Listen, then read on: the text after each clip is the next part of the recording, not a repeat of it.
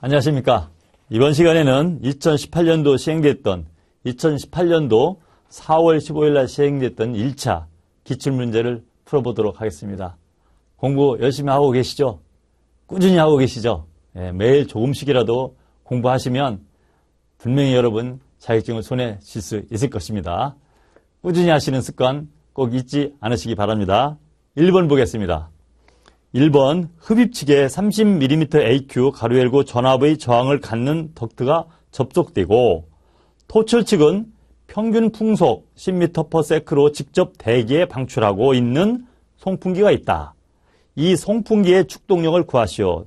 단 풍량은 900세제곱미터/아워, 정압 효율은 0.5로 한다 했습니다. 앞에 흡입측에 30mm AQ의 전압이 걸린다고 했고 뒤에 정압 효율이 주어졌습니다. 효율이 어떤 것으로 주어졌느냐에 따라서 저항을 효율과 맞춰줘야 됩니다. 그런데 효율은 정압 효율로 주어졌고 저항은 전압으로 주어졌기 때문에 이 주어진 전압 저항을 정압으로 고치는 작업이 필요하겠습니다. 그러면 지금부터 풀어보도록 하겠습니다. 지금 그림으로 보면 이렇게 되어 있습니다. 송풍기가 있는데 이 송풍기가 있다면 이 송풍기 앞쪽에 덕트가 이렇게 있습니다. 덕트가 있는데 이 덕트에 걸리는 것이 30mm AQ라는 저항이 걸린다고 그랬어요. 그리고 풍량은 900세제곱미터/아워라 했어요. 900세제곱미터/아워는 마찬가지죠. 그리고 여기는 대기라 했어요. 대기로 했어요. 대기로 방출하는데 속도가 10m/s로 주어졌습니다. 그러니까 이게 이제 전압이거든요. 전압. 그리고 효율은 정압으로 주어졌기 때문에 이 전압을 정압으로 환산하는 작업이 필요하겠죠. 자, 그러면 첫 번째 우리가 예를 든다면 예를 들은 게 아니라 송풍기 전압은 이건 외우셔야 되겠죠? 송풍기의 전압은 전체 전압에서 그죠? 전압에서 뭘 빼줘야 돼요? 전압은 송풍기 전체 전압입니다. 전압은 전압에서 전압이 아니라 정압이죠. 송풍기 정압은 전압에서 토출 측의 동압을 빼줍니다. 토출 측의 동압을 빼줘요. 이거 중요합니다. 이 공식 외우셔야 돼요. 정압은 송풍기 전체의 정압은 전압에서 전체 전압이죠. 전체 전압에서 토출 측 동압을 빼준다. 중요하고요. 또 송풍기에서 지금 이거 말고 그냥 일반적으로 전압은 어떻게 돼요? 정압 플러스 동압이잖아요. 그죠? 이건 일반적인 얘기예요. 일반적이고. 전압은 정압 플러스 동압 당연한 거잖아요. 송풍기 전체 정압은 전체 전압에서 토출 측의 동압을 빼준다. 이 공식 꼭 외우셔야 돼요. 그러면 우리가 한번 계산해 보겠습니다. 이 송풍기 정압은 전체 전압에서 토출 측 동압이니까 계산해 보면 우리를 바로 하겠습니다. PS는 정압이죠. 정압은 PT 마이너스 토출 측 동압이니까 어떻게 돼요? PV2로 하겠습니다. 이것은 이제 벨로시티, 속도란 뜻으로 보시면 되겠습니다. 디스차지, 다이나믹 이렇게 쓸 수도 있는데 V를 씁니다. 벨로시티. 토출 측에 이자는 토출 측이라는 뜻이죠. 토출 측의 동압이 되겠습니다. 그리고 이것을 다시 쓴다 그러면 어떻게 쓸 수 있어요? PT라는 건 전체 전압이니까 토출 측의 전압 마이너스 흡입 측의 전압하면 전체 전압이 되죠. 그러니까 다시 쓰면 PT2 마이너스 PTY 되겠죠. 이거에다가 토출 측의 동압 PV2를 빼주면 되겠죠. 그렇죠? 이렇게. 그러면 전체 정압이 이렇게 되는 겁니다. 자, 여기서 PT2를 찾아봐야 되겠습니다. 토출 측의 전압 PT2. PT2는 이 전압은 정압 플러스 동압이라고 했어요. 그러니까 토출 측의 정압이 어떻게 됐어요? PS2죠. 그죠? 토출 측의 동합. 이거 토출 측의 전압이니까 토출 측의 전압은 토출 측의 정합 플러스 토출 측의 동합이 되겠죠. 그렇죠? 지금 이것을 구하려고 하는 겁니다. 지금 됐어요. 그런데 여기서 보시면 여기서 토출 측은 어디에 개방되어 있어요? 대기에 개방했어요. 토출 측은 대기에 개방되어 있어요. 그죠? 토출 측이 대기에 개방되어 있다는 얘기는 뭡니까? 토출 측의 정합이 제로라는 얘기입니다. 그래서 PS2는 0이라는 뜻입니다. 토출 측 나가자마자 대기하고 딱 맞추세요. 토출 측의 정합이 0이라는 얘기는 이건 대기압이라는 뜻입니다. 대기압. 대기압이 든다는 얘기예요. 지금 여기서 얘기하는 다 압력은 게이지 압력에 해당되는 거거든요. 그러면 요게 PS2가 0이니까 결국 이것은 어떻게 돼요? PV2가 되는 겁니다. 그렇죠? 토출 측의 전압은 토출 측의 동압과 똑같이 돼버렸어요. 왜냐하면 정압은 대기에 방출되기 때문에 0이 되기 때문에 그렇습니다. 그러면 여기다가 다시 대입해 보겠습니다. PS는 요거 했었잖아요. 다시 한번 써드리면 PT2 마이너스 PT1 가로 마이너스 PV2 했잖아요. 그러면 이것을 요거잖아요. PT2가 이거잖아요. 그럼 다시 넣어주면 PV2 마이너스 PT1 가로 닫고 마이너스 PV2 이렇게 되겠네요. 그러면 여기서 뭐뭐 없어져요? PV2하고 PV2가 없어지죠. 결국 그래서 이것은 어떻게 돼요? 마이너스 PT1이 됐네요.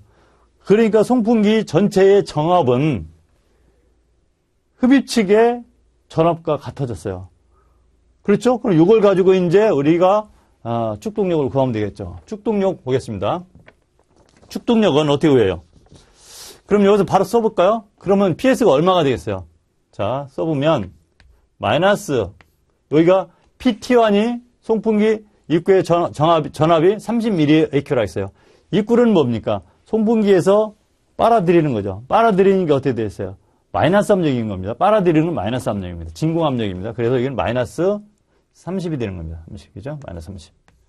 그래서 이것은 30 플러스 30mm AQ라는 정압이 되는 겁니다. 이걸 가지고 우리가 축동력을 구하면 되겠습니다. 축동력. 송풍기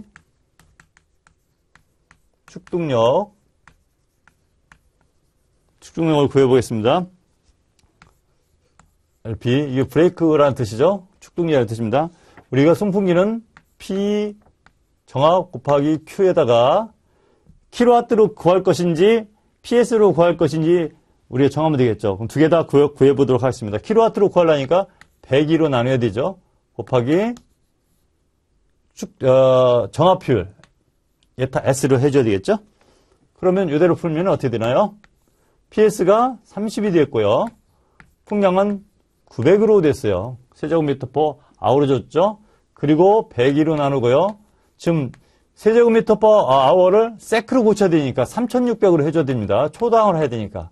곱하기 효율은 0.5로 주어졌어요. 그래서 이것을 풀으니까 이쪽으로 올까요? 풀으니까 몇 킬로와트가 나와요? 0.147 해서 반올림하니까 0.25 킬로와트 이렇게 나왔네요. 그렇죠? 그 다음에 축동력을 PS로 마력으로 구해보도록 하겠습니다. 마력으로 구할 때는 정압, 풍량 75로 나눠야 되죠. 75로 나누고 정압 효율을 나눠주면 되겠죠. 그대로 하면 30도 깎고요. 30mAq 900인데요. 75로 나눠주고 3600으로 해줘야 초당이 되는 겁니다. 풍량이. 그리고 0.5로 하는 겁니다. 계산하니까 0.2가 바로 나오네요. 0.2 PS 이렇게 되네요. 됐죠? 우리가 이 102로 나누고 75로 나누는 건 여러분이 계산을 외우셔야 돼요. 여러분이 외우시고 시험 시간에 뭐 킬로와트로 할 건지 PS를 할 건지 뭐 결정하겠지만 일반적으로 요즘 많이 쓰는 게 PS보다 킬로와트니까 킬로와트로 계산하시고 PS는 뭐 시간 나시면 하나 더 해주셔도 되고, 정 뭐 100이가 생각 안 나고 75밖에 생각이 안 난다. 그러면 75로 해야 되겠죠. 지금 문제에서 특별히 뭐 킬로와트로 계산해라, 뭐 마력으로 계산하라 이런 말이 없기 때문에 여러분이 결정하시면 될 것 같습니다. 이렇게 풀었고요. 지금 원래는 이 PS의 단위는 뭐 원래는 어떻게 되냐면 킬로그램 F 퍼 메타 자승해야 되거든요. 근데 이거 뭐가 똑같냐면 이것은 밀리미터 AQ와 똑같아요. 그래서 밀리미터 AQ로 주어진 걸 바로 적용해도 된다는 거고요.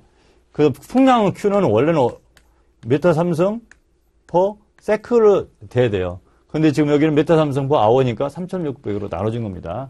이해하시죠? 102는 어떻게 되냐면 1kW는 102 kg F 메타 퍼 세크예요. 그리고 1PS는 75 kg F, 여기 F죠? kg 메타 퍼 세크거든요. 그래서 이걸 다 정리해보면 이 kg 메타 퍼 세크가 나와요. 그리고 kg 메타 퍼 세크가 나오니까 그걸 102로 나누니까 킬로와트가 되는 거고 75로 나누니까 PS가 되는 거예요. 한번 거기까지 해드리겠습니다. PS하고 Q로 하면 왜 kg F 미터 퍼 세크가 나오는지 이쪽에서 바로 해볼게요. PS가 단위가 뭐라 했어요? kg F 메타 자승이라겠죠. 그리고 Q가 메타 삼성 퍼 세크라겠잖아요. 그러면 여기서 잘 보세요. 여기 두 개 없어지고 요거 없어지고 하나 남잖아요. 그러면 킬로그램 F에 하나 남았던 거 메타하고 요 세크 이렇게 남잖아요. 그죠? 그러니까 요것을 킬로와트로 바꾸기 위해서는 102로 나누면 킬로와트가 되고 70으로 나누면 마력이 된다. 그런 것이 되겠습니다. 이 개념을 여러분이 확실하게 한번 외워두시면 뭐 잊어버리지 않을 겁니다. 네. 이렇게 해서 1번 문제 풀었는데요. 1번 문제에 여러분이 키포인트라고 그러면 이거겠죠?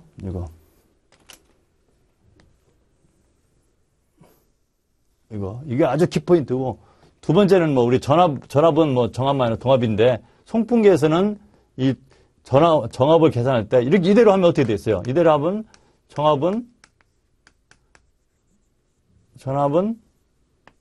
전압 마이너스 동압 이렇게 되니까 이 동압을 뭘 빼줄 거냐 하는 문제가 생기잖아요. 근데 송풍기에서는 이건 토출축 동압을 빼준다. 여러분이 그렇게 기억하시고, 여기서 이제 그 대기압이 됐을 때는 토출축이 대기압에 개방되니까 개방되자마자 대기압이 딱 나오니까 그때는 대기압과 섞여지잖아요. 그러니까 토출축의 정압은 0이다. 이것이 이제 중요한 키포인트가 되겠죠. 네. 그리고 흡입 측에서 당기는 거기 때문에 30mAQ로 주어졌지만 그것은 마이너스 압력이다. 그래서 마이너스를 해준다. 이해하시죠? 네. 그래서 1번 문제 풀었습니다. 2번 문제입니다. 2번 문제 읽어드리도록 하겠습니다. 다음과 같은 조건의 건물 중간층 난방 부하를 구하시오 되어 있습니다. 열관료율이 주어져 있는데요. 천장, 바닥, 문, 유리창이 주어져 있고요. 난방실의 실내 온도가 25도시고 비난방실의 온도가 5도시, 외기 온도가 마이너스 10도시, 상하층 난방실의 실내 온도가 25도시 이렇게 줬네요. 여기에서 보니까 상하층 난방실의 실내 온도가 지금 우리가 구하고자 하는 난방실의 실내 온도가 같아요. 그러니까 다행히 천장이나 바닥을 통한 부하는 계산할 필요가 없게 됐네요. 벽체 표면에 열 전달률이 주어졌고요. 방위계수가 다 주어졌는데 여기 특이한 것은 내벽이라든지 내벽에 같이 있는 문이라든지 이것은 방위계수가 필요 없는 거거든요. 방위라는 것은 동서남북 특히 햇볕에 노출이 어떻게 되느냐에 따라서 온도 차이가 나는 거잖아요. 그런데 내부에는 햇볕하고 관계가 없잖아요. 그러니까 사실은 내벽에는 방위계수를 적용하지 않습니다. 그런데 여기에 방위계수가 주어졌어요. 1.0으로. 그렇다는 얘기는 뭐냐면 내벽은 사실은 방위계수가 적용할 필요가 없는데 1.0으로 주어졌다는 얘기는 뭡니까? 적용 안 해도 똑같다는 뜻이잖아요. 그런데 주어졌기 때문에 우리가 문제를 풀 때 그냥 방위계수 1.0을 곱해주는 걸로 하겠습니다. 난방실은 환기수가 시간당 1회고요. 비난방실 시간당 3회로 주어졌는데 이 비난방실에 대한 환기수는 아무 의미고 무의미한 것이 주어진 겁니다. 공기 비열 주어졌고요. 공기 비중량 주어졌습니다. 그리고 평면도가 그려져 있고요. 평면도의 가로 세로 이제 길이하고 천정고가 2점으로 주어졌고 층고가 3m로 줬는데 비난방실 쪽에 층고가 3m로 주어졌다고 하는 것은 난방실 쪽에도 층고가 3m라는 뜻으로 봐야 됩니다. 어떤 분들은 비난방실에 층고가 3m로 주어졌지 난방실에 층고는 없는 거 아니냐 이렇게 생각하시는 분이 있어요. 그렇지 않습니다. 이 층고라는 것은 난방실이든 비난방실이든 다 똑같이 하고 비난방실 같은 경우는 천정을 안 할 수도 있어요. 복도라든지 그런 경우는 천정 텍스를 안 칠 수도 있잖아요. 그런데 이제 우리가 사용하고 있는 뭐 사무실이라 이런 데는 요즘 천정 텍스를 치죠. 요즘 같은 경우는 천정 텍스 안 치고 뭐 그냥 콘크리트가 드러나게 하는 그런 실도 있긴 합니다만 지금 여기에 천장고가 2.5라는 얘기는 2.5m 높이에 텍스를 쳤다 이렇게 보시는 겁니다. 그러니까 천장에 2.5를 쳤다는 얘기는 환기일수하고 관계 있는 겁니다. 문제를 풀어보도록 하겠습니다. 그리고 벽체의 조건이 주어졌고 외벽과 내벽의 열관료율을 구하라. 그 다음에 벽체를 통한 부와 유리창을 통한 부와 문을 통한 부와 극간풍 부하를 구하라고 되어 있습니다. 외벽과 내벽의 열관료율을 보겠습니다. 먼저 제가 그림을 이렇게 평면들을 그려놨고요. 이건 나중에 이제 우리가 이제 문제를 풀 때 여러분들 이제 이 문제를 받으면 이 그림에 주어진 그림에다가 온도 같은 거 써놓으시면 좋아요. 난방실 온도가 25도로 주어졌잖아요. 25도 써놓고 외기 온도 마이너스 10도 바깥에 써놓고요. 비난방실 온도는 5도로 주어졌거든요. 써놓으시는 게 좋아요. 써놓고 동서남북도 별건 아니지만 우리 여기 보면 동서남북 이렇게 표시가 돼 있긴 했어요. 이걸 가지고 이제 계산하는 건데 여러분이 시험 볼 때 동서남북 써놓는 거 좋아요. 이쪽에 동쪽, 동서, 남북 이렇게 써놓으세요. 동서, 그죠? 서쪽, 동쪽, 그죠? 북쪽 별건 아니지만 그래서 여러분이 문제 풀 때 시각적으로 빨리 대응할 수 있도록 써놓으시는 게 좋습니다. 그리고 환기수 같은 경우 또 가능하면 밑에 써놓으시면 좋고요. 문제를 이제 1번 문제는 뭡니까? 외벽과 내벽의 열 관료율이네요. 그렇죠? 외벽과 내벽 열 관료율. 열 통과율이라고도 하고 열 관료율이라고도 하고 용어에 혼동하지 않으시기 바랍니다. 첫 번째는 외벽 열 관료율. K1으로 뭐 하기도 하고 그냥 외벽 열 관료율 했으니까 그냥 K 해서도 지금 열 관료율을 외벽으로 계산하는구나 알 수 있어요. 근데 K1으로 표시하겠습니다. 나중에를 위해서. 지금 우리가 주어진 조건이면 외벽에 보면 타일, 몰탈, 콘크리트, 모르타르, 플라스터에서 쭉 주어졌고요. 두께가 10m, 10mm, 15mm, 120mm, 15mm, 3m 쭉 주어졌고 오른쪽에는 열 전도율이 주어졌어요. 그러니까 여러분 이것은 공식 외우셨죠? K1분의 1은 알파 I분의 1 이걸 알파 5 외기부터 시작해도 상관없고 내부부터 시작해도 상관없습니다. 더하기 람다 1 L1 더하기 람다 2 L2 더하기 람다 3 L3 그렇죠? 더하기 지금 5가지를 줬으니까 5가지까지 가야죠? 람다 4 L4 더하기 람다 5 L5 더하기 알파 5분의 1 이렇게 된 거죠. 아웃이라는 얘기입니다. 뭐 이게 이제 여러분 이제 그림을 보고 이것이 외부 쪽인데 왜 내부를 먼저 했을까? 관계없어. 이거 바꿔도 상관없고 이것끼리도 이런 재료끼리도 바꿔도 상관없어요. 왜냐면 다 더하기니까 먼저 더하거나 나중에 더하거나 상관없어요. 다만 우리가 문제를 푸는데 혼동하지 않기 위해서 순서대로 쭉 하는 겁니다. 그래서 적용해 보겠습니다. 자, 내부의 열 전달률이 얼마로 줬어요? 표면 열 전달이 실내측이 8로 줬네요. 8, 그죠? 8분의 1. 더하기. 재료대로 쭉 갑니다. 재료 보니까 첫 번째 재료의 열 전도율이 1.10이네요. 1.10이다가 두께가 10mm니까 어떻게 됐어요? 0.01m로 고쳐줘야 되기 때문에 10mm를 미터로 고치니까 0.01m가 되는 거고, 두 번째 재료. 두 번째 재료가 1.32가 열 전도율이네요. 두께가 15mm니까 0.015 해서 미터로 고쳐주고요. 세 번째 재료. 세 번째 재료가 1.41이 열 전도율이네요. 1.41. 그리고 두께가 120이니까 0.12가 되겠네요. 0.120. 네 번째 재료가 열 전도율이 1.32. 1.32. 네 번째 재료하고 두 번째 재료 같네요.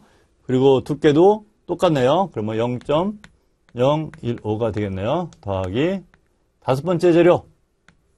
다섯 번째 재료 열 전도율 0.52, 0.52가 되고요.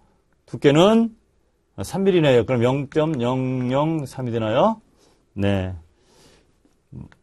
외부의 표면 열 전달률 20이고요. 20분의 이렇게 해줬어요. 됐죠? 그대로 계산을 하시면 됩니다. 계산하면 얼마 나오냐면 이쪽에 쓸까? 여기서 쓰겠습니다. 0.2979, 0.2976이 나오잖아요. 이것을 K로 고쳐야 되니 K와는 0.2976분의 1 이렇게 되는 거잖아요. 계산하니까 3.360, 그죠? 3.360. 반올림 하나만 똑같네요. 똑같네요. 3.36, 그죠? 3.36. 단위가 이제 여러분이 잘 아셔야 돼요. 이거 무조건 외우셔야 돼요. 킬로칼로리 퍼 메타자승 아워 도시. 킬로칼로리 메타자승 아워 도시. 항상 외워두셔야 됩니다. 그래서 답은 3.36, 아니요. 그 외벽 열 관료율 K와는 3.36 킬로칼로리 퍼 메타자승 아워. 확인해 보겠습니다. 한번 8분의 1, 1.01분의 0.01, 1.32분의 0.015, 1.41분의 0.120, 1.32분의 0.015, 0.52분의 0.003, 20분의 1. 네, 맞습니다. 네. 이렇게 해서 외벽에 대한 열관료 구했고요. 두 번째는 내벽에 대한 열관료 구해보겠습니다. 내벽 열관료율. 여기서는 K2라고 표시하겠습니다. K2. 이건 대문자 K입니다. 똑같죠? 이 공식에서 똑같이 쓰는데 내벽에는 어떻게 해요? 재료가 하나밖에 없어요. 하나밖에. 그러니까 같은 내벽이니까 알파 1분의 1 더하기 람다 1분의 L1 더하기 알파 i분의 1. 이것도 내벽이고 내벽이에요. 그러니까 재료가 이렇게 있는데 지금 이제 이렇게 해서 이렇게 하는데 여기 람다잖아요. 여기 이제 L1이고요. 이것도 내벽쪽이고 이것도 내벽쪽이에요. 다 내측벽이니까 이런 뜻이라는 뜻입니다. 그러니까 똑같이 알파를 쓰는 거고요. 그러면 그대로 계산해 보면 알파는 8분의 1로 주어졌어요. 그리고 내벽 쪽의 재료가 1.32가 열 전달률이네요. 1.32. 그리고 두께가 100mm니까 0.1mm가 되겠네요. 0.1m 더하기 8분의 1 이렇게 되겠네요.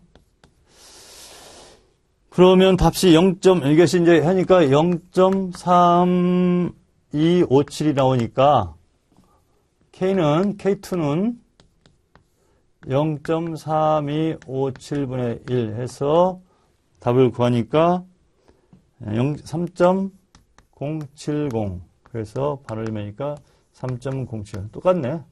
킬로 칼로리 메타자승 아워 도시 이렇게 된 거예요. 지금 이제 열 관료율이 두 개 다 구해졌어요. 자, 이제 이걸 가지고 계속 이제 벽체에 대한 부하, 유리를 위한 부하를 이제 구해야 돼요. 그래서 이것을 지우겠습니다.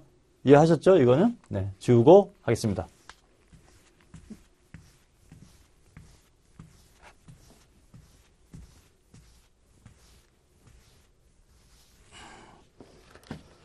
자, 부하 계산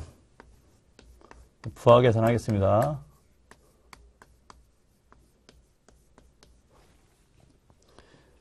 벽체되니까 Q에서 W로 표시하겠습니다. 월이라는 뜻으로 쓰겠습니다. 첫 번째, K, QW, KA 델타 T, KA 델타 T죠. 여기서 그 난방에는 방위계수를 곱해줍니다. 난방에는 방위계수를 곱해줍니다. 그 냉방일 때는 델타 T를 그 상당 온도차로 해주는 거고, 난방일 때는 방위계수를 곱해준다 하는 거. 이걸 꼭 기억하셔야 돼요. 일단 동축벽. 동축은 외벽이죠? 그죠? 그래서 동축 외벽이라고 표시하겠습니다. 동축 외벽, Q.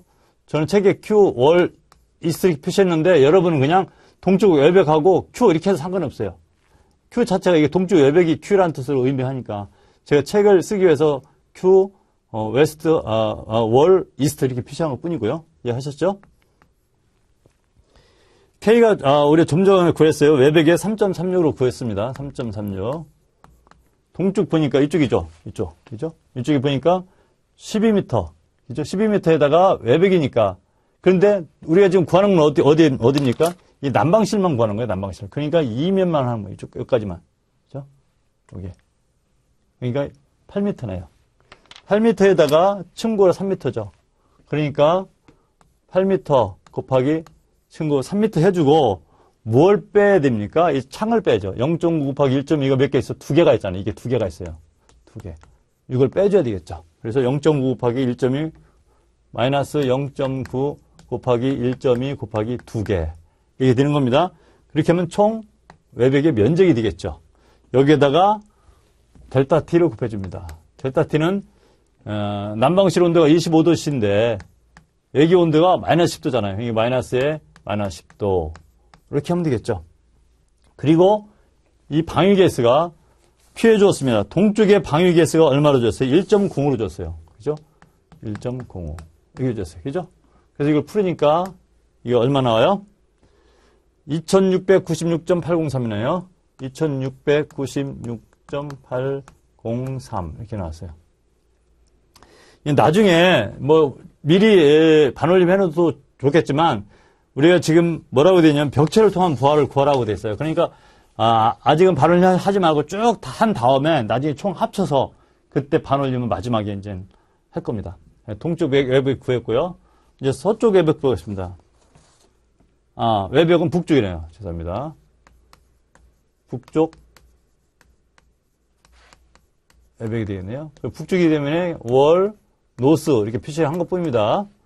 자, 북쪽도 그 외벽의 열 관리율은 3.36입니다. 곱하기 북쪽 면적도 8m네요. 8m 곱하기 높이는 그 층고가 3m니까. 그리고 창문이 없네요. 그죠? 이대로 해주고, 델타 T는 똑같이 25도 마이너스 외기가 마이너스 10도니까 마이너스 10도 이렇게 되는 거예요. 곱하기 북측에 대한 방위계수 보겠습니다. 북측에 대한 방위계수가 1.1이네요. 1.1. 그죠? 1.1. 그래서 구하니까 얼마 나와요? 3104.64. 3104.64.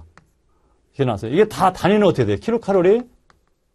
아워입니다. 다 단위는. 그죠? 시간당. 왜냐면 이 열관리의 단위가 시간당으로 주어졌기 때문에 그렇습니다. 킬로칼로리 아워. 한번 확인해 보겠습니다. 3.36, 8 곱하기 3, 25 마이너스 10. 위에 건 3.36, 8 곱하기 3 마이너스 0.9에 1.22, 25 마이너스 10, 1.9. 예, 맞습니다. 그 다음에 서쪽, 이제 내벽이죠. 서쪽은 내벽이 되네요. 서쪽 내벽. Q, W, 서쪽이가 웨스트, 이렇게 써도 되고요. 안 써도 되고. 근데 이제 내벽이기 때문에 I를 쓰겠습니다. I. 내벽이라는 표시. 그래서 이것은 자기가, 이름 붙이기 달려있는 거예요. 여러분이 이름 붙이기 달려있는 거예요. 이런 표시하지 말고 그냥 써도 되겠습니다. 서쪽 내벽, QWI.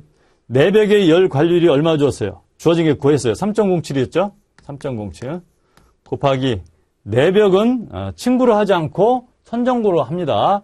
그래서 서쪽에 보니까 8m 곱하기 층구가 2.5m 했어요. 2.5. 그런데 뭐가 있어요? 서쪽에 보면 문이 하나 있어요. 1.5 곱하기 2짜리 문이 하나 있어요. 그래서 마이너스 1.5 곱하기 2의 문을 빼줘요. 그럼 면적이 됐고요. 곱하기 온도차.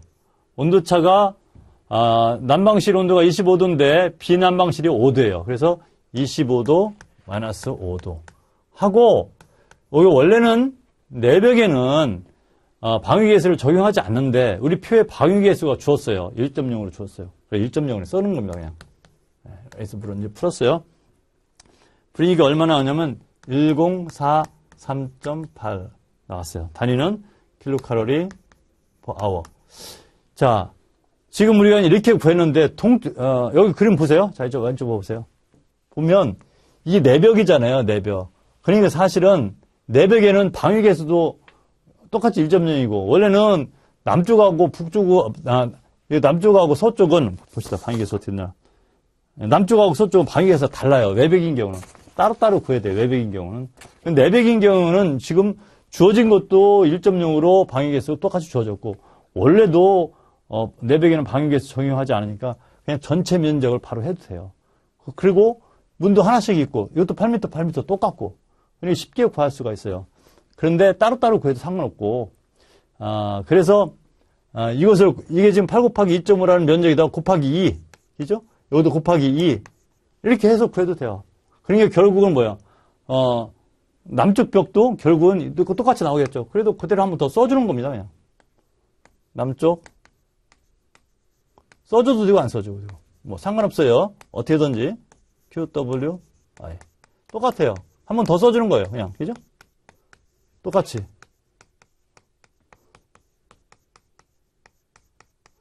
그러니까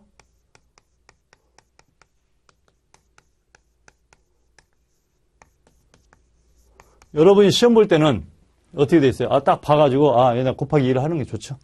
시험 볼 때는 그렇죠? 여기다 그냥 바로 곱하기 해버리는 게 좋아요. 시험 볼 때 그렇게 해놨잖아요. 쓸데없이 이거 뭐 별도로 구할 필요 없어요. 내벽인데. 외벽인 경우는 잘못하면 뭐가 달라요? 이게 달라. 외벽인 경우는. 그래서 외벽인 경우는 따로따로 풀어야 돼요. 그래서 이제 습관화를 위해서 지금 따로따로 써준 것 뿐입니다. 시험 볼 때는 여러분들 좀 지혜롭게 하세요. 그래서, 그러므로 벽체를 통한 부하, 총 벽체를 통한 부하를 이제 정리해 주면 되겠죠? 총 벽체를 통한 부하 해가지고 부하 그냥 Q 월은 해가지고 다 더하면 되죠. 뭐요? 1696 3104 103.8 103.8 1043.8 다 더하면 되겠죠. 그죠? 그러면 2696.803 더하기 그죠? 3104.64 더하기 1043.8 더하기 1043.8 그렇죠? 1043.8 1043 두 번 해주는 거죠. 그래서 이 구하니까 얼마 나와 이게 7889.043 7889.043 여기서 이제 반올림 하는 거죠. 하니까 7889.04 단위는 킬로 칼로리 퍼 아워 이렇게 되는 거죠. 네. 이렇게 해서 벽체를 통한 부하 구했고요. 두 번째 유리창을 통한 부하가 구했습니다. 두 번째 유리창을 통한 부하 그죠? 이것은 이제 글라스니까 그냥 QG 이렇게 표시한 겁니다. 글라스 QG. 그러면 QG는 이것도 똑같이 KA 델타 T인데 KA 델타 T 똑같은데 유리창에 대해서도 우리가 동서남북 방위계수를 적용해 줍니다. 그래서 K를 적용해 주는 건데 여기 보면은 다행히 유리창이 동쪽 하나만 있어요. 동서남북 다 구할 필요 없이 동쪽 하나만 있어요. 그럼 동쪽에 있는 것만 방위계수 적용해 주면 되겠죠? 유리창 열 관률이 주어졌습니다. 5.7로 주어졌습니다. 5.7 곱하기 면적이 유리창의 면적이 0.9 곱하기 1.2가 두 개 있다고 그랬어요. 그러니까 0.9 곱하기 1.2가 몇 개요? 두 개 있다 했어요. KA. 델타 T는 난방실 온도가 25도씨고 25도씨 외기 온도가 마이너스 10도라고 했어요. 하고 지금 동쪽에 대한 방위계수가 얼마 줬습니까? 1.95네. 1.95. 그죠? 1.05. 그래서 문제를 풀면 5.7 보겠습니다. 0.9 곱하기 1.2 곱하기 2개 25-10 방역에서 0.5 1.05 네, 이렇게 해서 유리창에 대해서 풀면 452.466 나오네요. 452.466 반올림해서 452.47 단위는 킬로칼로리 per hour 이렇게 되겠네요. 마이너스 맞죠? 네. 세 번째는 문을 통한 부하게 되겠네요. 문은 도하니까 뭐 QD 이렇게 표시해도 되게 돼요. 네. 그러면 QD는 이것도 K, A, 델타 T인데 왜 이 문은 보통 내부에 있는데 외부에 있는 경우는 방위계수 적용해야 되겠죠. 근데 여기 같은 경우는 내부에 있잖아요. 그러면서도 이제 방위계수 주어졌기 때문에 어쩔 수 없이 방위계수를 적용하게 되는 겁니다. 이게 20K예요. 그러면 문에 대해서 열관률이 3.4로 주어졌습니다. 3.4 곱하기 면적이 1.5 곱하기 2가 2개 있습니다. 1.5 곱하기 2가 2개 있습니다. 문에 대한 면적입니다. 그리고 온도차는 문은 난방실과 비난방실에서의 열 전달입니다. 그래서 난방실은 25도씨고요. 비난방실은 5도씨예요. 그리고 문에 대한 방위계수는 내부에 있기 때문에 사실은 할 필요 없는데 1.0이 되겠습니다. 그렇죠. 1.0. 네. 1.0. 해서 이것을 구하니까 얼마나 하나 보겠습니다. 만나봅시다. 3.4, 1.52, 25, 1.0, 408 나오네요. 408. 단위는 킬로칼로리 per hour가 되겠습니다. 4번 극광풍 부하. 4번 극광풍 부하네요. 자, 요게 좀 극광풍에는 뭐가 있습니까? 현열과 잡열이 있어요. 그래서 극광풍 부하는 Q, 이제 I라고 표시했는데, 이 I는 인필트레이션, 침입하다는 뜻이죠. 그래서 이것은 Q에 현열과 잡열이 있어서 QIS, 현열 더하기 Q에 IL, 잡열 이렇게 표시한 겁니다. 그래서 한꺼번에 이것을 이제 풀면 어떻게 되냐면, QI는, 요 현열은, 환기된 양, 그러니까 애기가 들어온 양에 대한 온도 차이가 현열이고, 애기가 들어왔을 때의 절대 습도가 차이 나는 게 잡열이잖아요. 그러니까 현열은 어떻게 돼요? G12 델타 T잖아요. G10P는 감마 Q, I, CP 델타 T 이렇게 쓸 수 있잖아요. 이게 G니까 더하기 그 다음에 요거 있잖아요. 잡열은 어떻게 돼요? 물의 증발 잡열을 먼저 써준다 했어요. 597.3이라는 증발 잡열이 있고요. 곱하기 뭐가 있어요? 풍량이 있어야 되잖아요. 이것도 풍량이 있어야 돼. 그러니까 이거 597.3 이거 G가 되라는데 G는 감마 Q잖아요. 감마 QI의 습도차 X2 X1 이렇게 되겠죠. 그래서 여기서 그냥 델타 X를 표시하겠습니다. 왜냐하면 어떤 것이 X2고 X1인지 나중에 결정하기로 하고 이건 델타 여기 델타 T니까 델타 X 이렇게 되는 겁니다. 이해하셨죠? 그러니까 따로따로 풀어도 됩니다. 각각. 이건 현열. 그러니까 극광풍에 대한 현열, 극광풍에 대한 잡열. 따로따로 풀어도 됩니다. 여기 이제 곱하기 표시하는 게 더 좋겠다. 그죠? 네. 이대로 풀면 다시 한번 풀어보겠습니다. 감마가 1점이고요. 그죠? 풍량이 지금 1회를 환기해준다 했어요. 전체 난방실에 대한 최적을 1회 정도 환기해준다 했어요. 1시간당. 그러면 난방실이 크게 어떻게 돼요? 8m 곱하기 8m 곱하기 친구가 2.5m죠. 요거에 대해 1회를 하는 곱하기 전체적으로 1회. 만약에 두 번 환기해준다면 곱하기 이렇게 되는데 여기는 1회니까 곱하기 1. 이죠. 이렇게 되는 거예요. 이게 Q가 되는 겁니다. 그리고 CP는 0.24죠? 0.24. 그죠? 0.24. 그리고 델타 T는 어떻게 돼요? 외기와 실내와의 공기가 바뀌는 거잖아요. 외기가 -10도, 실내가 25도씨니까 25도씨 마이너스 10 이렇게 되는 거죠. 그죠? 요것이 이제 요 현열부하가 되겠습니다. 여기까지죠, 이게. 현열부하입니다. 그럼 잡열부하는 어떻게 되냐? 자, 보겠습니다. 잡열부하는, 잡열부하를 구하자면 어떻게 돼요? 외기의 절대습도와 실내 공기의 절대습도가 주어져야 돼요. 그죠? 절대습도 주어져야 돼요. 근데 이거 절대습도가 주어지지 않았어요. 그러니까 이것은 0입니다, 0. 그래서 이것을 풀으니까 값이 얼마 나오냐?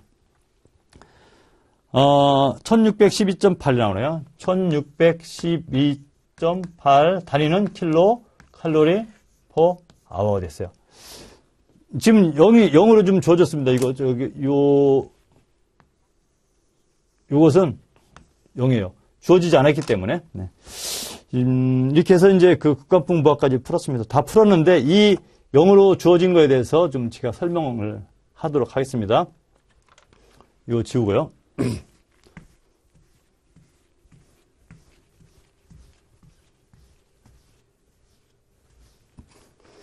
이 난방에서는 이제 공조기에서 난방 코일이 있습니다. 그건 가열 코일이잖아요. 일반적으로 냉각인 경우는 감습이 되는데 난방 코일에서는 습도가 조절이 안 돼요. 습도가 조절이 안 되고 온도만 증가하는 거예요. 그러니까 난방 코일이 이렇게 있으면 여기에 이제 우리가 온수를 보내잖아요. 뭐 80도씨 온수를 보낸다더니 그러면 이 공기가 통과하면서 1공기가 2공기가 될 때 온도만 변해요.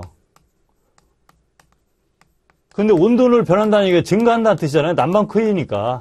습도는 변하지 않아요. 그러니까 우리가 공기선도에서 그려보면 공기선도가 이렇게 있으면 이 난방 코일은 1점에서 2점으로 항상 이렇게만 가요. 1점이고 2점이에요. 항상. 그렇기 때문에 습도를 조절할 수가 없어요. 그러니까 이 난방 코일의 습도를 조절하기 때문에 난방 부하를 계산할 때는 이 습도에 의한 잡열 있잖아요. 잡열 부하를 거의 계산하지 않아요. 왜냐하면 이 잡열은 뭐가 커봐야 돼요? 만약에 1에서 이렇게 올라가야 된다. 2로 이렇게 올라가야 된다. 그러면 어떻게 돼요? 여기에서부터 여기까지 이게 X1, X2잖아요. 잡열만큼 올라가려면 물을 넣어줘야 돼요. 수분을 넣어줘야 돼요. 그건 뭡니까? 가습기가 감당하는 거예요, 이것은 뭐가 감당한다? 가습기가. 가습기가 감당하기 때문에 가습기, 우리가 얘기하는 수분량, 가습기, 물량, 공급량, 이것을 계산하게 되어 있죠. 그렇기 때문에 여러분이, 난방부하 계산할 때 왜, 분명히 이 외기가 들어오면 잡열이 있는데 왜 이 잡열부하를 계산하지 않지? 그렇게 생각할 수 있잖아요. 그때는, 이게 가습기가 감당해야지, 우리가 공기조화기에서 있는, 여기, 난방 코일 있잖아요. 난방 코일, 코일 또는 가열기. 이것이 어떻게 해결할 수 있는 방법이 없어요. 그러니까 별도로 뭐에다가 가습기를 넣어주지 않으면 안 된다는 거죠. 그렇기 때문에 가습기 부하를 별도로 구해서 잡열을 해결한다. 그렇게 하시고요. 그렇기 때문에 여기서도 문제에서 주어지지 않은 겁니다. 이해하셨죠? 또 한 가지는 뭐가 있냐면은 어떤 분 이런 질문해요. 냉각에는 항상 감습이 있다는데 감습이 없는 경우가 있을 수 있어요. 감습이 있다고 생각하시고 질문하신 분 있어요. 근데 감습이 없을 수도 있어요. 공기선도 이렇게 보시면 여기서 우리가 냉각 코일을 이게 이제 냉각 코일이라고 그러면 1공기가 냉각 코일이죠, 이게. 냉각 코일. 냉각기라고도 하고요. 2공기로 갔어요. 이렇게 통과했을 때 항상 감습이 되냐? 그렇지 않아요. 이 공기가 이 냉각 코일의 온도가 낮아가지고 온도가 이 온도 정도 이렇게 지금 가고 있는데 이렇게 갈 수 있어요. 그러면 1점에서 어느 이점까지 가는 동안에 여기까지 가는 공기가 있을 수 있어요. 1점에서 1점까지 가는데 이 표면에 그 냉각기 표면에 공기가 닿아서 이전까지 가는 공기가 있어요. 이전까지 가는 공기는 어떻게 돼요? 응축이 돼 버리잖아요. 여기는 이제 이게 결로점이니까. 그죠? 이 절대 습도, 상대 습도가 100%가 되는 거니까. 이 결로점이거든요. 그러니까 응축이 되는 물이 있으니까 공기 중에 일부가 응축이 돼서 빠져나가니까 감습이 되는 거예요. 근데 이렇지 않고 만약에 여기에 닿지 않는다. 안 닿을 수도 있어요. 1점이 여기인데요. 공기가 이렇게 가는 수도 있어요. 이렇게. 온도가 낮아요. 근데 아무리 가도 요 상대 습도 100% 그런 점. 말하자면 결로점에 도달하지 않는 경우에서 이렇게 가면 그러면 이게 1점이고 2점이잖아요. 그럼 이런 선도가 자체가 그려질 수가 없어요. 이렇게 그려진다는 얘기는 뭡니까? 여기서부터 요만큼까지 x1에서 x2까지 감습이 된다는 뜻이잖아요. 여기에 닿지 않으면 이 선에 닿지 않으면 이 선 자체가 그려질 수가 없어요. 이해하셨죠? 또 한 가지는